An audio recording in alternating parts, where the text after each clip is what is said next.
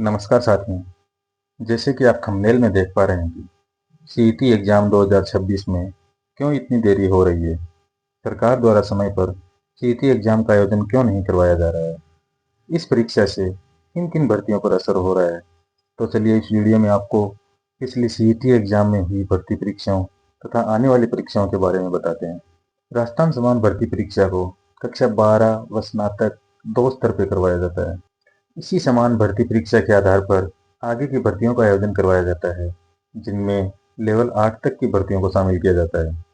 पिछली बार राजस्थान कर्मचारी चयन बोर्ड द्वारा आयोजित कक्षा 12 की सीईटी एग्जाम में 12 प्रकार की भर्तियों को शामिल किया गया था, जिसमें राजस्थान वन अधीनस्थ सेवा में वनपाल के लिए, राजस्थान अल्पसंख्यक मामलात अधीनस्थ सेवा में छात्रावास अधीक्षक के पद पर, राजस्थान अधीनस्थ कार्यालय लिपिक वर्ग सेवा में कनिष्ठ सहायक के पद पर, राजस्थान सचिवालय लिपिक वर्गीय सेवा में लिपिक ग्रेड सेकेंड, आरपीसी कार्यालय लिपिक वर्ग सेवा में लिपिक ग्रेड सेकेंड, राजस्थान आबकारी अधीनस्थ सेवा में जमादार ग्रेड सेकेंड, राजस्थान पुलिस सेवा में कांस्टेबल पद के लिए, राजस्थान पंचायती राज में कनिष्ठ सहायक, राजस्थान राज्य कृषि विपणन बोर्ड में कनिष्ठ सहायक, राजस्थान कृषि उपज मंडी सेवा में एलडीसी की भर्ती, माध्यमिक शिक्षा बोर्ड कनिष्ठ सहायक, राजस्थान राज्य प्रदूषण नियंत्रण बोर्ड एवं विनिमय सेवा में कनिष्ठ सहायक के पदों पर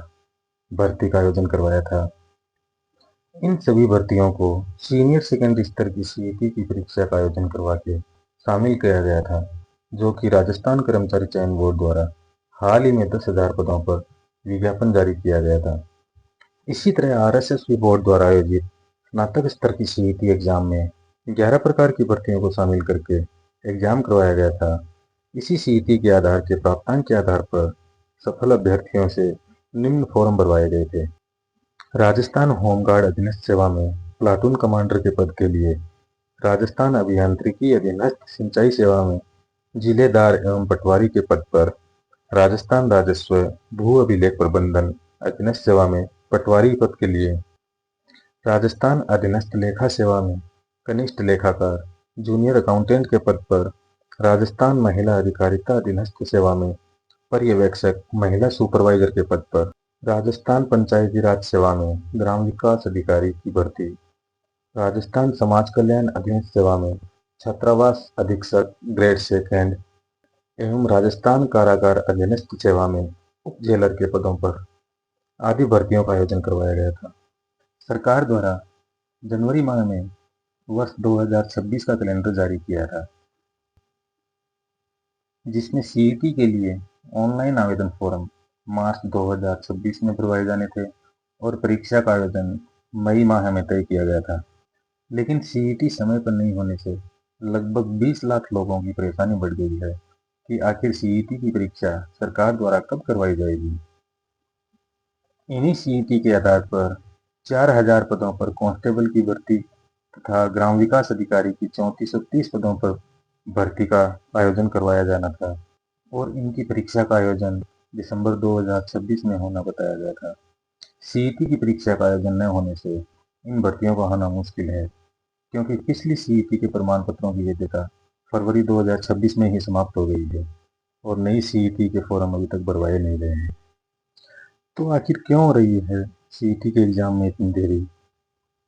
इस वर्ष सरकार द्वारा एक नए बोर्ड के गठन के लिए भी कहा गया था कि राजस्थान में होने वाली पात्रता परीक्षाएं, जिनमें सीईटी, रीट, सीयूईटी आदि पात्रता परीक्षाओं के लिए एक नए बोर्ड का गठन आरएसटीए राजस्थान स्टेट टेस्टिंग एजेंसी का गठन किया जाएगा, जिसके द्वारा इन पात्रता परीक्षाओं का आयोजन करवाया जाएगा। माना जा रहा है कि सीईटी में कुछ बदलाव भी प्रस्तावित हैं, जिनकी वजह से इन सीईटी एग्जाम 2026 में कुछ देरी हो रही है। ये प्रस्ताव निम्नलिखित हैं। जैसे सीईटी एग्जाम 2026 की पात्रता को रीट के तर्ज पर 60% न्यूनतम अंक की अनिवार्यता लागू कर सकते हैं। राजस्थान में होने वाली आरएएस की एग्जाम के हिसाब से 2 चरणों में प्री व मेंस आयोजित करवाने के प्रस्ताव पर भी मंथन चल रहा है। सीईटी प्रमाण पत्र की वैधता को 1 वर्ष से बढ़ाकर 3 वर्ष तक किया जा रहा है। यह प्रावधान नई सीईटी से लागू होने वाला है।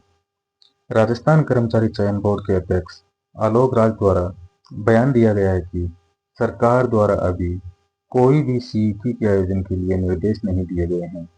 इतना जरूर है कि इनके प्रावधानों में कुछ बदलाव जरूर किया जा रहा है। अगर भर्ती समय पर नहीं हुई तो आगे की भर्तियों में 1 से 1.5 साल तक की देरी हो सकती है।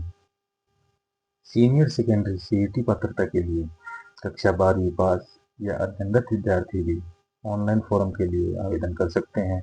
स्नातक स्तर की सीईटी में किसी भी संकाय में ग्रेजुएशन पास या अध्ययनरत विद्यार्थी भी अप्लाई कर सकते हैं।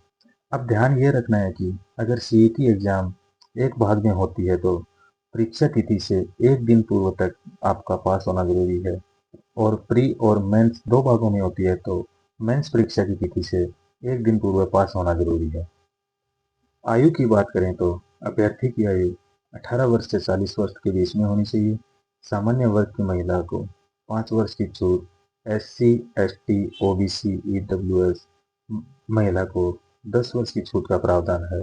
भूतपूर्व सैनिकों को भी 10 वर्ष की छूट का प्रावधान है।